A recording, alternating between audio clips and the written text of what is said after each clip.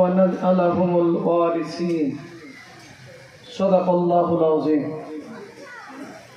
শহীদ কাফেলা গণমানুষের প্রিয় সংগঠন, এদেশের মানুষের আস্থার ঠিকানা, আস্থার প্রতীক, উপমহাদেশের বৃহত্তর ইসলামী আন্দোলন বাংলাদেশ জামাত ইসলামীর দৌলতপুর উপজেলা শাখার উদ্যোগে আয়োজিত আজকের এই নির্বাচনী সভার শ্রদ্ধাভাজন সভাপতি, মঞ্চে উপস্থিত আছেন আজকের এই অনুষ্ঠানের অন্যতম বিশেষ অতিথি, বাংলাদেশ জামাত ইসলামীর জেলা মজলিসে শুরার অন্যতম সদস্য, বিশিষ্ট শিক্ষাবিদ, আলেমে দ্বীন, জামাত মনোনীত এই দৌলতপুর উপজেলার আগামী জাতীয় সংসদের সম্মানিত নমিনি জনাব উপাধ্যক্ষ বেলাল উদ্দিন, মঞ্চে আছেন উপজেলা নেতৃবৃন্দ, সামনে বসা প্রাণপ্রিয় সাথী কর্মী ভাইরা, উপস্থিত চরপাড়াবাসী, সম্মানিত প্রশাসনের ভাইরা, সাংবাদিক বন্ধুগণ, আসসালামু আলাইকুম ওয়া রাহমাতুল্লাহি ওয়া বারাকাতুহু। রব্বে কারিমের দরবারে বিনয় অবনত চিত্তে শুকরিয়া আদায় করছি, যার একান্ত অনুগ্রহ এবং দয়ায় আসমানের নিচে এবং জমিনের উপরে এই খোলা ময়দানে 17 বছর পর আমরা জনগণের কাছে এসে হাজারো মানুষ একত্রিত হয়ে কথা বলার সুযোগ পেয়েছি। যে আল্লাহ তাআলা এই সুযোগ আমাদেরকে দান করেছেন, সেই মহান মনিবের শুকরিয়া আদায় করি। সবাই চিল্লায় বলি আলহামদুলিল্লাহ। অন্তরের অন্তঃস্থল থেকে হৃদয়ের সবটুকু ভালোবাসা উজাড় করে দরুদ ও সালাম পেশ করছি মানব ইতিহাসের শ্রেষ্ঠ মানুষ, বিশ্বনন্দিত নেতা, বিশ্বনবী, গোটা পৃথিবীর নির্যাতিত, নিপীড়িত, বঞ্চিত, উপেক্ষিত মানুষের আপনজন জনাব মুহাম্মদুর রাসূলুল্লাহ সাল্লাল্লাহু আলাইহি ওয়াসাল্লামের প্রতি আজকের এই সমাবেশ থেকে আমি গভীর শ্রদ্ধার সাথে স্মরণ করছি বাংলাদেশের এই পরিবর্তন এনে দেওয়ার জন্য, এদেশের 18 কোটি মানুষকে জালিমের হাত থেকে মুক্ত করার জন্য, যারা বাতিলের গুলির সামনে বুক পেতে দিয়ে নিজের জীবনকে উৎসর্গ করে আমাদেরকে মুক্ত করেছে, দেশকে স্বাধীন করেছে, সেই শহীদদের উপযুক্ত মর্যাদা আমি আল্লাহ তাআলার কাছে কামনা করছি। আমিন। 24-এর এই যুদ্ধে, জুলাই যুদ্ধে যারা অংশগ্রহণ করে যুদ্ধাহত হয়েছে, পঙ্গুত্ব বরণ করেছে, এখনো দেশের বিভিন্ন জায়গায় ক্লিনিক এবং হাসপাতালগুলোতে চিকিৎসাধীন রয়েছে, আমি আমাদের সেই প্রিয় সন্তানদের প্রতি সমবেদনা জ্ঞাপন করছি এবং তাদের অতি দ্রুত সুস্থতা এবং সাফল্য কামনা করছি।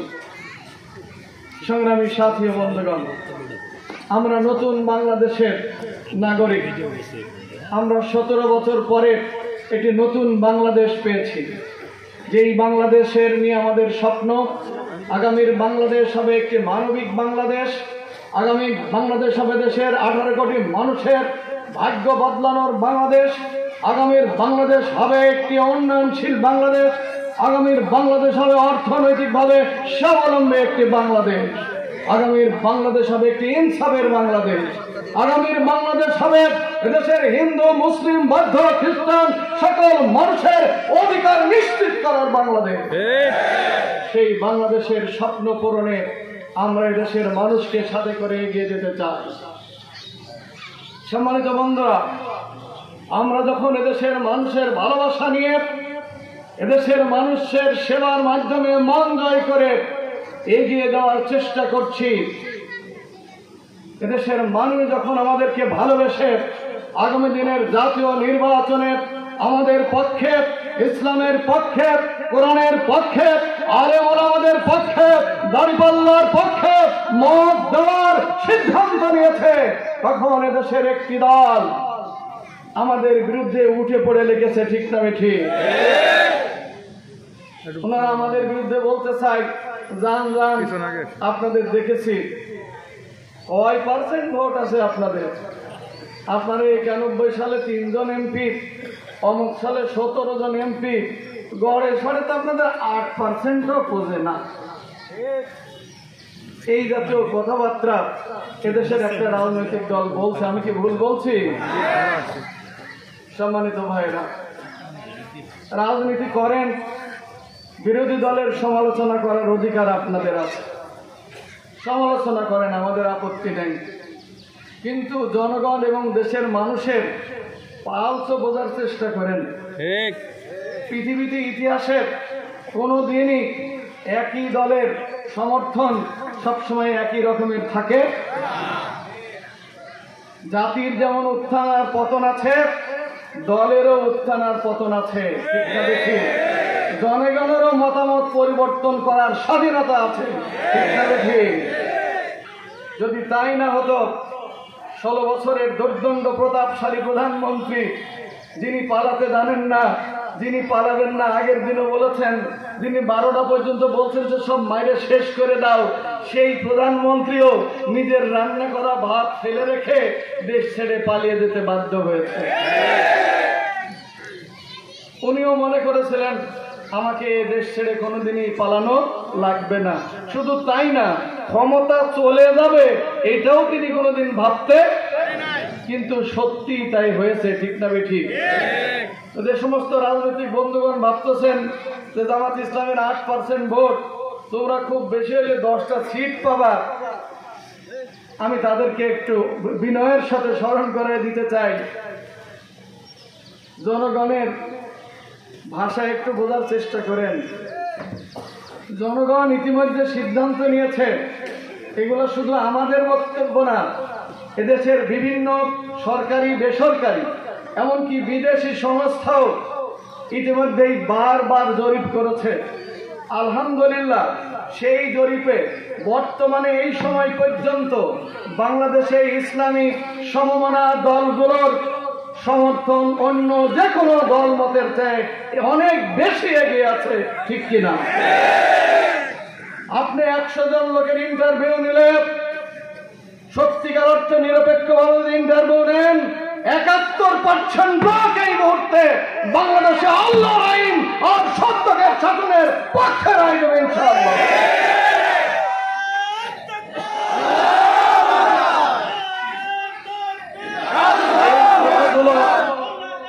প্লিজ, এই কথাগুলো আমরা গায়ের জোরে বলছি না, কারণ আমাদেরকে গায়ের জোর খাটানোর অভ্যাস নাই। আমরা প্র্যাকটিক্যাল কথা বলতে বিশ্বস্ত, আমরা কথা বলে থাকি। এই কথাগুলো তো ঠিক। ইতিমধ্যেই বাংলাদেশের 4টি সরকারি বড় বড় বিশ্ববিদ্যালয়ের যে নির্বাচন হয়েছে ছাত্রদের, আমরা জানি তো নাকি? নির্বাচন হয়েছে না? এই বিশ্ববিদ্যালয়গুলোই জাতির যে কোনো দুর্দিনের হাল ধরে ছাত্ররা। ঠিক কিনা? যে কোনো আন্দোলনের নেতৃত্ব দেয়। ঢাকা বিশ্ববিদ্যালয় এই জন্য আন্দোলনের সূতিকাগার বলা হয়। সেই ঢাকা বিশ্ববিদ্যালয় দিয়ে শুরু হলো, কি শুরু হলো? টুপিওয়ালাদের জয়ের পাল্লা শুরু হলো। ঠিক না বেঠিক? টুপিওয়ালাদের জয় দিয়ে শুরু হলো ঢাকা বিশ্ববিদ্যালয়। যেই ঢাকা বিশ্ববিদ্যালয় 17টি বছর আমি শিবির করি, এই কথাটি বলার কোন সুযোগ ছিল না। বরং কেউ টাকনুর উপরে যদি প্যান্ট পরে, মসজিদে যে নামাজ পড়ে, তাকে শিবির ট্যাগ লাগিয়ে নির্যাতন করা হতো। ঠিক না বেঠিক? ঠিক একই কারণে আমাদের কুষ্টিয়ার গৌরব, কুষ্টিয়ার কৃতি সন্তান আবরার ফাহাদকে শিবির ট্যাগ দিয়ে হত্যা করে দুনিয়ার বুক থেকে বিদায় করা হয়েছে। ঠিক না বেঠিক? সেই ঢাকা বিশ্ববিদ্যালয়ের ছাত্র ছাত্রীরা যে রায় দিয়েছে, সে রায় প্রমাণ করে আগামীর বাংলাদেশ ইসলামের বাংলাদেশ। আমাদের রাজনৈতিক বন্ধুরা, প্রতিপক্ষ বন্ধুরা বলল অসুবিধা নাই, একটা বিশ্ববিদ্যালয় মাত্র, এই বিশ্ববিদ্যালয়ের নির্বাচনের প্রভাব অন্য কোথাও পড়বে না। 2 দিন পরে আরেকটি বড় মাপের বিশ্ববিদ্যালয়, যা ঢাকায় অবস্থিত। কোন বিশ্ববিদ্যালয়? জাহাঙ্গীরনগর বিশ্ববিদ্যালয়। জাহাঙ্গীরনগর ঢাকার চাইতেও বরং খারাপ ছিল। জাহাঙ্গীরনগর বিশ্ববিদ্যালয়ে খুঁজে খুঁজে কে নামাজ পড়ে, কে রোজা রাখে, কে রোজা রেখে ইফতার করে, কার কাছে কোরআন পাওয়া যায়, কার কাছে হাদিসের বই পাওয়া যায়, তাকেই ধরো, তাকেই মারো, তাকেই হত্যা করো। এটাই ছিল জাহাঙ্গীরনগর বিশ্ববিদ্যালয়ের নীতি। সেই বিশ্ববিদ্যালয়েও মহান রব্বুল আলামিন টুপিওয়ালাদের বিজয় দিয়েছেন, ঠিক না বেঠিক? বিজয় কি যেন তেন বিজয়, পাহাড় বিজয় দিয়েছেন, ঠিক না বেঠিক? আমাদের রাজনৈতিক প্রতিপক্ষ বন্ধুরা বলল, আর এটা আর কি, মাত্র 2টা বিশ্ববিদ্যালয়, অন্য কোন বিশ্ববিদ্যালয়ের কোনো প্রভাব পড়বে না। যাই হোক, তারপরে নির্বাচন হয়ে গেল কোথায়? রাজশাহী বিশ্ববিদ্যালয়, প্রাণের ক্যাম্পাস, শিবিরের অনেক ভাইয়ের শাহাদাতের রক্তস্নাত সবুজ মোতাহারের এই ক্যাম্পাস। আলহামদুলিল্লাহ, আলহামদুলিল্লাহ, রাজশাহী বিশ্ববিদ্যালয়ে অভূতপূর্ব বিজয়। সব ভোট ডাকাতি করে নেওয়া হয়েছে, দিনের ভোট রাতে হয়েছে। সেখানেও চরম বিজয় আল্লাহ তাআলা দিলেন। কে দিলেন? বিরোধী বন্ধুরা বলল, আরে বাদ দাও, মাত্র 3টা বিশ্ববিদ্যালয়, এ ভোটের প্রভাব অন্য জায়গায় পড়বে না। পরের দিন কোথায় নির্বাচন হলো? কোথায়? চিটাগাং বিশ্ববিদ্যালয়। আপনারা তো সবই জানেন দেখছি। তারপরে চিটাগাং বিশ্ববিদ্যালয়ে আল্লাহ তাআলা এক ভূমিধস বিজয় দিলেন। আল্লাহু আকবার। আমাদের রাজনৈতিক প্রতিপক্ষ বন্ধুরা বলল, বাদ দাও, 4টা বিশ্ববিদ্যালয় জিতলেই কি আগামী নির্বাচনে জিততে পারবে? সম্ভব না। তাই হয় নাকি? সম্মানিত ভাইরা আমার, আমরা আল্লাহর উপরে ভরসা করে বলতে পারি, শুধু 4টা বিশ্ববিদ্যালয় নয়, সামনে যত বিশ্ববিদ্যালয় নির্বাচন হবে ইনশাআল্লাহ সকল বিশ্ববিদ্যালয়ে ইসলামী শক্তি বিজয়ী হবে, কেউ ঠেকাতে পারবে না। আর এই বিশ্ববিদ্যালয়ের বিজয়ের ধারা দিয়ে আগামী জাতীয় নির্বাচনেও টুপিওয়ালারা বিজয় লাভ করবে ইনশাআল্লাহ। সেদিন আফসোস করে কোনো লাভ হবে? টুপিওয়ালারা কেন এই বিশ্ববিদ্যালয়ে বিজয়ী হলো, আর আগামী জাতীয় নির্বাচনেই বা কেন টুপিওয়ালারা জিতবে? কিছু কারণ তো আছে না নাই? আপনারাও জানেন। আমি 2-1টা বলি। বিগত 16 বছর আমাদের মুখে টেপ মারা ছিল, কথা বলা যাবে না। মসজিদের খতিব আর ইমাম সাহেবরা, আমিও একটা মসজিদের খতিব, ডিএসবির ভাইরে এসে সামনের কাতারে বসে থাকতো, আর আগেই মসজিদে ঢোকার আগেই বলে দিত, ইমাম সাহেব এটা বলবেন না, এটা বলবেন না, এটা কিন্তু নিষেধ। ছিল না? ছিল না? রাজনৈতিক দলগুলো মাঠে নামা যাবে না। বেলা ওঠার আগে আমরা আওয়ামী লীগের বিরুদ্ধে মিছিল করতাম, সূর্য ওঠার আগে আমাদের মিছিল শেষ। কারণ হলো, দিনের বেলায় তো মিছিল করার কোনো উপায় নাই। আমাদের পুলিশের ভাইরা পিছনে দাঁড়িয়ে আছেন, ওনাদের সক্ষমতা তখন এতই বেশি ছিল যে ওনারা গন্ধ পাইলেই ছুটে যেত। মিছিল হোক বা না হোক, 10 জনকে ধরে নিয়ে এসে 100 জনের নামে একটা মামলা দিত, নাশকতার মামলা। আর সেই মামলায় আবুল হাসেমের কাছে ব্যাগ পাওয়া যাইতো, আর সেই ব্যাগে 10টা ককটেল আর 3টা বোমা পাইত। আমি কি ভুল বলছি? সম্মানিত ভাইরা, এই যে পরিবেশ ছিল, আমরা কথা বলতে পারি নাই। সংগ্রামী সাথী ও বন্ধুগণ, তো মহান রব্বুল আলামিন সেই পরিবেশ থেকে আমাদেরকে মুক্তি দিয়েছেন ঠিকই। জাতির এক বিশাল উত্থান, ছাত্র জনতার গণ অভ্যুত্থান, দেশের আপামর মানুষ, শিশু থেকে শুরু করে একজন বৃদ্ধা মা পর্যন্ত সেদিন পানির বোতল নিয়ে রাস্তায় নেমে এসেছিল। মুগ্ধর মতো সন্তানের এসে বলেছিল, পানি লাগবে, পানি লাগবে। এই অপরাধে মুগ্ধকে গুলি করে হত্যা করা হয়েছে, কিন্তু মুগ্ধের চেতনাকে বাংলাদেশ থেকে মুছে দেওয়া যাবে না ইনশাআল্লাহ। তাদের অত্যাচারে জর্জরিত ছিল মানুষ।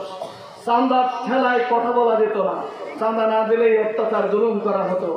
বাংলাদেশের কোটি কোটি বিলিয়ন ডলার বড় বড় বিশাল বিশাল প্রকল্পের নামে দুর্নীতি করে বিদেশে টাকা পাঠানো হয়েছে। লোকজন কিছুই বলতে পারে না, মুখ বলে তা সহ্য করেছে। আলহামদুলিল্লাহ, একটা পরিবর্তন আসলো, মানুষ আল্লাহর প্রশংসা করলো। অনেকে 2 রাকাত নামাজ পড়লো, আমিও 2 রাকাত নামাজ পড়েছিলাম, অনেকেই রোজা রেখেছিল। আল্লাহ বাঁচাইলে তুমি। 5 আগস্ট রাতটা কোনো মতে কাটলো। 6 আগস্ট থেকে একটা নতুন খবর আসা শুরু হলো, অমুক জায়গায় জ্বালাও, অমুক জায়গায় পোড়াও, অমুক জায়গায় মারো, অমুক জায়গায় ধরো, অমুক জায়গায় চান্দার বস্তা ভরার টাকা, অমুক জনকে পার করে দেওয়ার জন্য কোটি কোটি টাকা, অনেকজনকে ঠেকানোর জন্য কোটি কোটি টাকা। সব টুপিওয়ালারা নিতেছিল তো, তাই না? আপনারা নিছেন? আপনারা নিছেন নাকি টাকা পয়সা? বাজারে তরকারির দোকানে দোকানদাররা বলছে গতকাল দিছিলাম ভাই 100 টাকা, আজকে দেওয়া লাগছে 500 টাকা। খালি মানুষটা পরিবর্তন হয়েছে আর চান্দাটা বেড়ে গেছে। আগে নিত 100, এখন নিচ্ছে 500। চান্দাবাদের ঠেলায় অস্থির। বাংলাদেশের অনেক বড় মাপের একজন ব্যবসায়ী বিশেষ একটা প্রয়োজনে কথা বললাম, বলছে ভাই চোখের পানি ফেলে কাঁদতেছি আপনাদের জন্য। চরম ভাবে অতিষ্ঠ আমরা আওয়ামী লীগের কর্মীদের দ্বারা, নাকি শেখ হাসিনাদের দ্বারা? তাদের দ্বারা অতিষ্ঠ? না না না, আমরা এটা বলতে চাই না ভাই, না না, এটা বলার দরকার নেই। কিছু মানুষ তাদেরকে অতিষ্ঠ করে চলেছে, ঠিক না বেঠিক? তাদের যে পরিচয় হোক না কেন, অতিষ্ঠ তো জনগণ, এটা তো ঠিক। এই 16 বছর অতিষ্ঠর কারণে শেখ হাসিনাকে তাড়ানো হয়েছে, আর আপনারা 1 বছরে জনগণকে যে অতিষ্ঠ করেছেন, তারপরও জনগণের ভোটটা চান। কি বলবো এরপরে? লোকটা তো কম না। সম্মানিত ভাইরা, এই কারণে জনগণ এক চাঁদাবাদের হাত থেকে বেঁচে আর এক চাঁদাবাদের হাতে তাদের ক্ষমতা দিতে চায় না। এক স্বৈরাচারের হাত থেকে মুক্তি পেয়ে আর এক স্বৈরাচারের হাতে তাদের জীবনকে সঁপে দিতে চায় না। তাই বাংলাদেশের জনগণ বুঝে শুনেই সিদ্ধান্ত নিয়েছে ছাত্র জনতা, বাংলাদেশ কাদের কাছে নিরাপদ? এদেশের আমাদের মা বোনেরা, ছাত্রীদের সতীত্ব কাদের কাছে নিরাপদ? এদেশের জেলে, কুমোর, তাঁতির, সর্বস্তরের জনগণ কাদের কাছে নিরাপদ? এদেশের অর্থনীতি কাদের কাছে নিরাপদ? দেশের স্বাধীনতা, সার্বভৌমত্ব কাদের কাছে নিরাপদ? সব কিছু ভেবে চিনতে জনগণ সিদ্ধান্ত নিয়ে বসে আছে।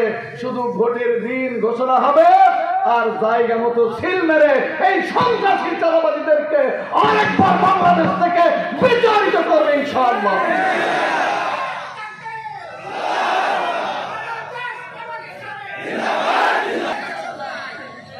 সংগ্রামী সাথী ও বন্ধুগণ,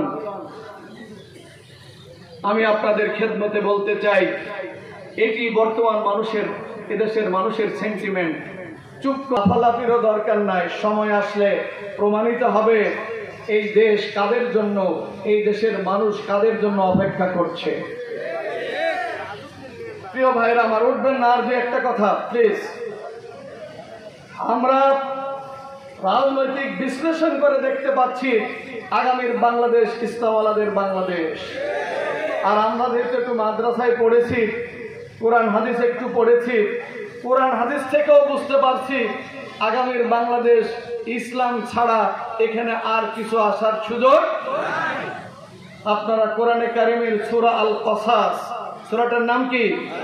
সূরা আল কসাস 5 এবং 6 নম্বর আয়াত পড়বেন। আল্লাহ বলছেন, নুরিদু আন নামুন্না আলাল্লাযীনা ইসতুদিফু ফিল আরদি ওয়া নাজআলাহুম আইম্মাতাও ওয়া নাজআলাহুমুল ওয়ারিসিন।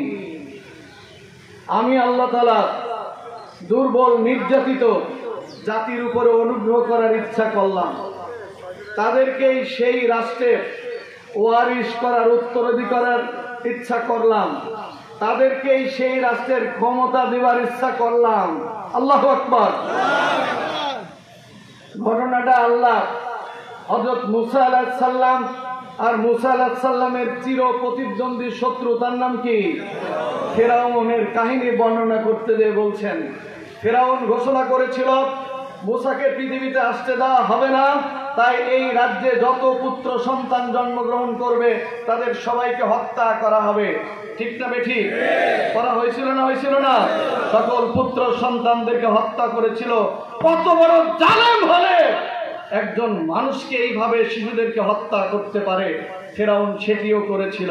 কিন্তু মুসা আলাইহিস সালামের আগমন তারা ঠেকাতে মুসা আলাইহিস সালাম পৃথিবীতে আসলেন, মুসা আলাইহিস সালামের সাথে দ্বন্দ্ব বাঁধলো। সেই দ্বন্দ্বে মুসা আলাইহিস সালামের জাতি নির্যাতিত হলো, মার খেলো, নিজেদের দেশ ছেড়ে পালিয়ে তারা হিজরত করে চলে গেল। একটি পর্যায়ে মহান রব্বুল আলামিনের পক্ষ থেকে ঘোষণা করা হলো, তোমরা নির্যাতিত হয়েছো, তোমাদের সন্তানদেরকে হত্যা করা হয়েছে, তোমরা দেশ ছেড়েছো, বাড়ি ছেড়েছো, ঘর ছেড়েছো, ব্যবসায়ী প্রতিষ্ঠান ছেড়েছো, তোমাদের চাকরি বাকরি গেছে, তাই আমি আল্লাহ তাআলা এখন তোমাদের উপরে অনুগ্রহ করতে চাই। সেই অনুগ্রহ কি? তোমাদের ওই রাষ্ট্রে তোমাদের উত্তরাধিকারী বানাতে চাই, ওই রাষ্ট্রেই আমি আল্লাহ তাআলা তোমাদেরকে ক্ষমতা দিতে চাই। আল্লাহু আকবার।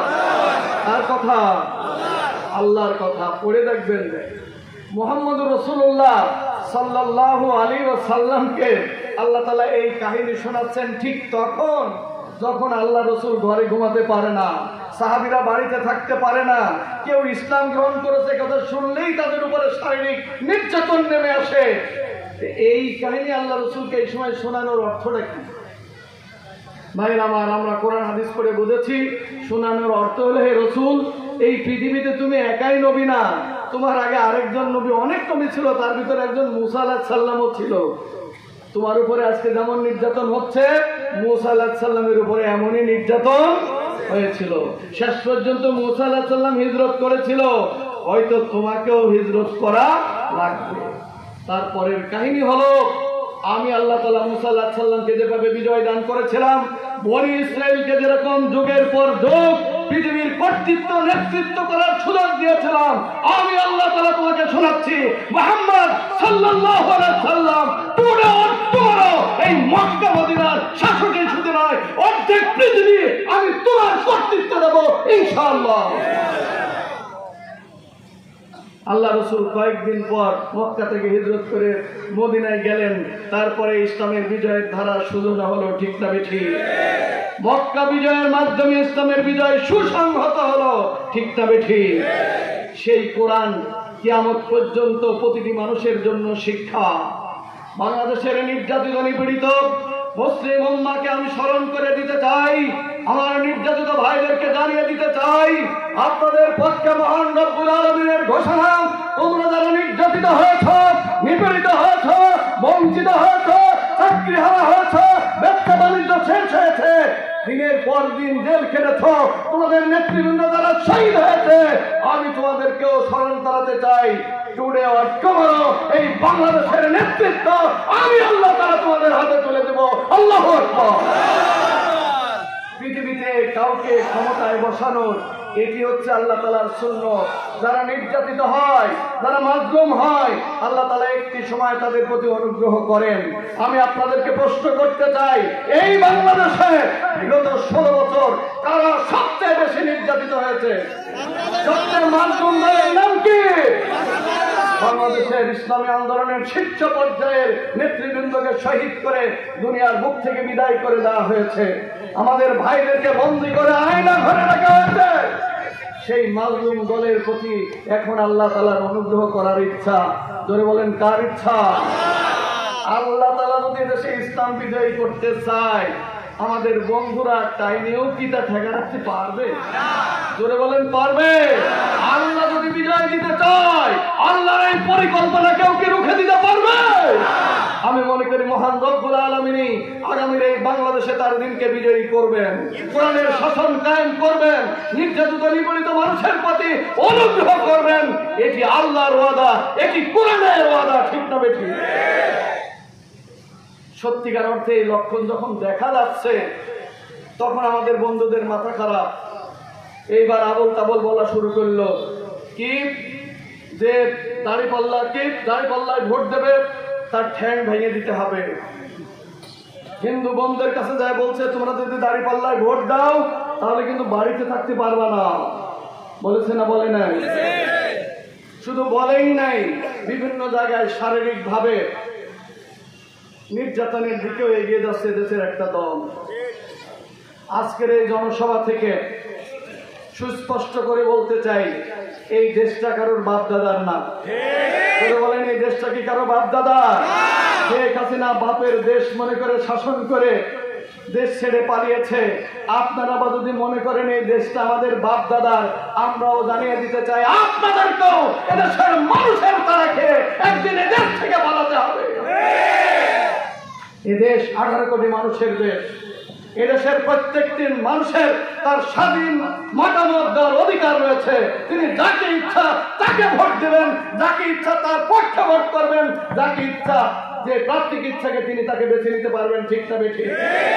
যদি এটি আপনাদের ভালো না লাগে, যদি পছন্দ না হয়, আর আপনারা যদি এভাবে হুমকি আর ধামকি দিতে থাকেন, আমরা আমাদের এই শান্ত নেতা কর্মীদের, সুশৃঙ্খল নেতা কর্মীদের বলতে বাধ্য হব, বাঁশের লাঠি তৈরি করুন।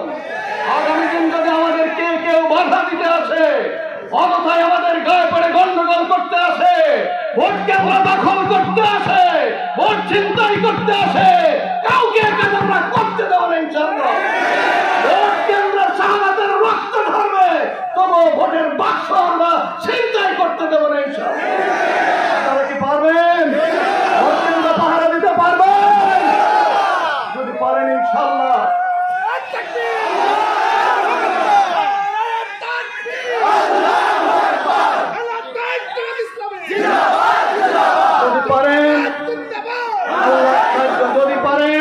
বিজয় আমাদের পক্ষে আসবে ইনশাআল্লাহ।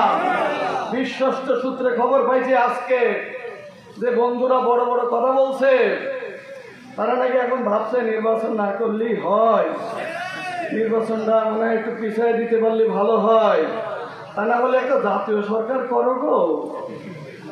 কেন ভাই, ব্যাপারটা কি? নির্বাচন ফেব্রুয়ারিতেই করতে হবে, নির্বাচন ফেব্রুয়ারিতেই দিতে হবে। অন্তর্বর্তী সরকারকে স্পষ্ট জানাতে চাই, নির্ধারিত দিনে ভোট দিতে হবে, ভোট দিয়ে টালবাহানা করতে দেওয়া হবে না। ইনশাআল্লাহ আমরা ভোট প্রার্থনা করার জন্য মানুষের দ্বারে দ্বারে যাব, বিনয়ের সাথে তাদেরকে বলবো ভোট চার অধিকার আমার আছে, আরেকজনেরও অধিকার আছে। আমার মা বোনদের কাছে যে ভোট চার অধিকার আছে, অন্য দলের কর্মী বোনদেরও অন্যদের কাছে যে ভোট চার অধিকার আছে। আপনারা আপনাদের মেয়েদেরকে বের করতে পারেন না বলে আমাদের বোনদের ভোটটা বন্ধ করবেন, স্পষ্ট করে বলতে চাই। বরদাস্ত করেছি, আর বরদাস্ত করা হবে না। দেশ আপনারা আমার সবার, আমরা এখানে জায়গির থাকি না, দেশেও এদেশে আসি নাই, আমরা এদেশে জন্মগ্রহণ করেছি, এদেশের নাগরিক। আমার অধিকার আদায়ের জন্য যতটুকু সাংবিধানিক অধিকার আমার আছে, সেটা আদায় করার জন্য যা যা করার প্রয়োজন সব করবে ইনশাআল্লাহ। আজকে ঘোষণা দিতে চাই, আসুন আমরা সবাই মিলে দাঁড়িপাল্লার পক্ষে আমাদের সম্মানিত ভাই নমিনি বেলাল, মৌলানা বেলাল উদ্দিনকে আপনারা কি সবাই চেনেন? মৌলানা বেলাল ভাই একটু দাঁড়ান। এরকম একজন আলেমে দ্বীন, একজন তাফসীর কারক, একজন মুহাদ্দিস, এবং তিনি উপাধ্যক্ষ একটি মাদ্রাসার, এইরকম একজন আলেম যদি এই আসনে আরো থাকে, আমি নিষেধ করব না, কিন্তু বেলাল ভাইয়ের বিকল্প কি আছে? তাই ঘরে ঘরে বেলাল ভাইয়ের সালাম পৌঁছে দিন, দাঁড়িপাল্লার সালাম পৌঁছে দিন, এবং সবাই যেন দাঁড়িপাল্লায় ভোট দেয়। মহান রব্বুল আলামিন আমাদেরকে কবুল করুন। আজকের এই সমাবেশে আসার কারণে বাংলাদেশ জামাত ইসলামী কুষ্টিয়া জেলার পক্ষ থেকে আমি আবুল হাশেম আপনাদের সবাইকে আন্তরিক ধন্যবাদ জানাচ্ছি। বাংলাদেশ জিন্দাবাদ, বাংলাদেশ জামাত ইসলামী জিন্দাবাদ। সবাইকে ধন্যবাদ। আসসালামু আলাইকুম ওয়া রাহমাতুল্লাহি ওয়া বারাকাতুহু।